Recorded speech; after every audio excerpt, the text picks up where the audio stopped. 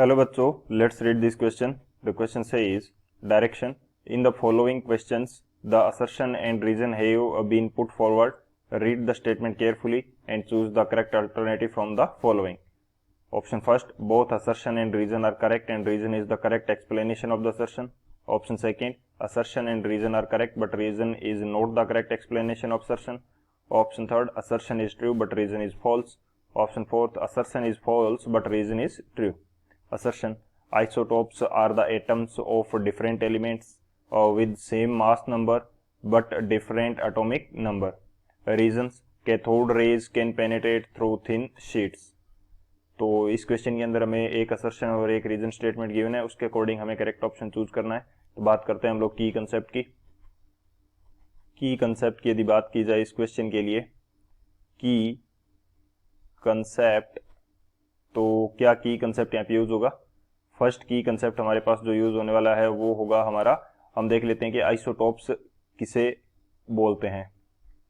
Isotopes, तो isotope हमारे पास क्या होते हैं? वो एलिमेंट्स हैं, वो एटम्स हैं जिनके लिए जो हमारे एटॉमिक नंबर जो है वो क्या रहता है? सेम रहता है. इनके लिए यदि मैं बात करूं तो इनके पास क्या रहता है कि नंबर ऑफ प्रोटॉन सेम रहेगा.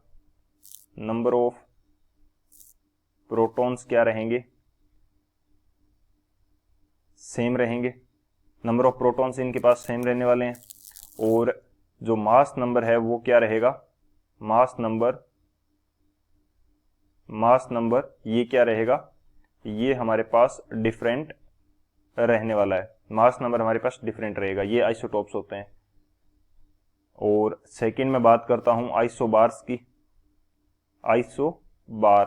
आइसोबार क्या होते हैं कि इनके लिए जो हमारे पास नंबर ऑफ प्रोटॉन है वो डिफरेंट रहेगा. नंबर ऑफ प्रोटॉन्स क्या रहेगा? डिफरेंट रहेगा. और जो मास नंबर है वो क्या रहेगा? सेम रहेगा. मास नंबर हमारे पास क्या रहेगा? मास नंबर हमारे पास क्या रहने वाला है? सेम रहने वाला है.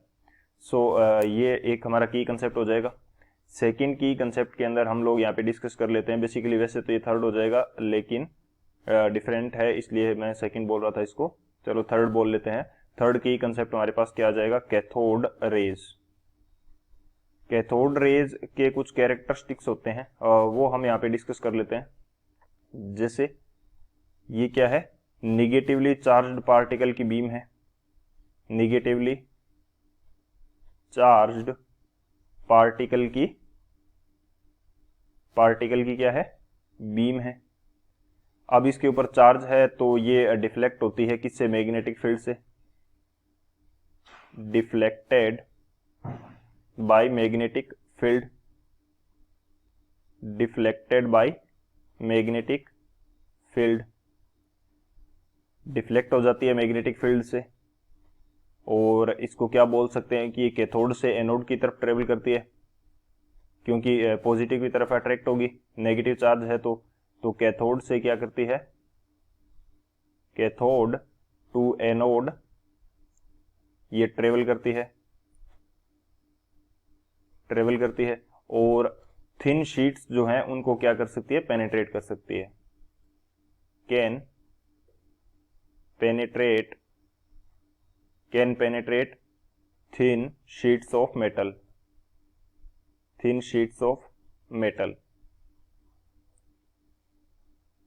तो ये हमारे पास जनरल इसके क्या हो जाएंगे? जो हमारे पास प्रॉपर्टीज हैं कैथोड रेज की वो हो जाएंगी. बेसिकली इसके अलावा भी प्रॉपर्टीज होती हैं लेकिन हमारे कंसेप्ट के रिगार्डिंग इतनी प्रॉपर्टीज हमारे लिए सफिशिएंट है. तो ये हमारा की कंसेप्ट हो जाएगा. बात करते हैं अब सॉल्यूशन की. सॉल्यूशन की यदि बात की जाए तो हमारे पास असर्शन स्टेटमेंट के अंदर हमें बोल रखा है कि जो आइसोटोप्स होते हैं उनका मास नंबर सेम होता है जबकि जो एटॉमिक नंबर है वो डिफरेंट होता है.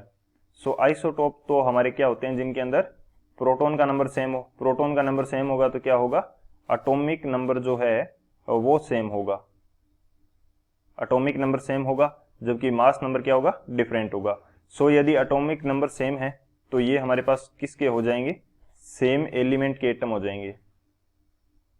सेम एलिमेंट होगा, सेम एलिमेंट के क्या होंगे, एटम्स होंगे। जैसे यदि मैं एग्जांपल की बात करूं तो कार्बन, इसका एटॉमिक नंबर 6 है और इसका मास नंबर 12 होता है, और कार्बन का दूसरा एटम मिलता है जिसका एटॉमिक नंबर 6 है और मास नंबर क्या होता है, 13 होता है। इसी तरह से इसका एक और मिलता है C614। तो ये क्या हो जाएगा, एग्जाम्पल हो जाएगा आइसोटोप का। सो असर्शन स्टेटमेंट हमारा क्या है, इनकरेक्ट है। रीजन स्टेटमेंट हमें क्या दे रखा है, रीजन स्टेटमेंट के अंदर हमें गिवन है कि कैथोड रेज जो होती है वो पेनिट्रेट कर सकती है थिन शीट्स को। तो ये हमने की कंसेप्ट के अंदर डिस्कस किया है कि कैथोड रेज जो थिन शीट्स होती है उनको पेनिट्रेट कर सकती है, और ऐसी थिन शीट्स का एग्जांपल क्या हो जाएगा, एग्जांपल की यदि बात करूं, ऐसी थिन शीट किस मेटल की शीट होगी, लगभग यदि हम देखें तो एल्यूमिनियम की जो शीट्स हैं इनको क्या कर सकती है, ये पेनिट्रेट कर सकती है। थिन शीट होनी चाहिए, थिक शीट को ये पेनिट्रेट नहीं करेगी क्योंकि इनकी पेनिट्रेशन पावर इतनी स्ट्रॉन्ग नहीं होती, लेकिन थिन शीट्स को ये कर जाती है। तो सो हमारा रीजन स्टेटमेंट करेक्ट है, असर्शन स्टेटमेंट हमारा क्या है, इनकरेक्ट है। तो कौन सा ऑप्शन हो जाएगा, ऑप्शन की यदि बात की जाए तो जो फोर्थ ऑप्शन है D, assertion is false but reason is true. So option D is the final answer. I hope you understood it well. Best of luck. Thank you.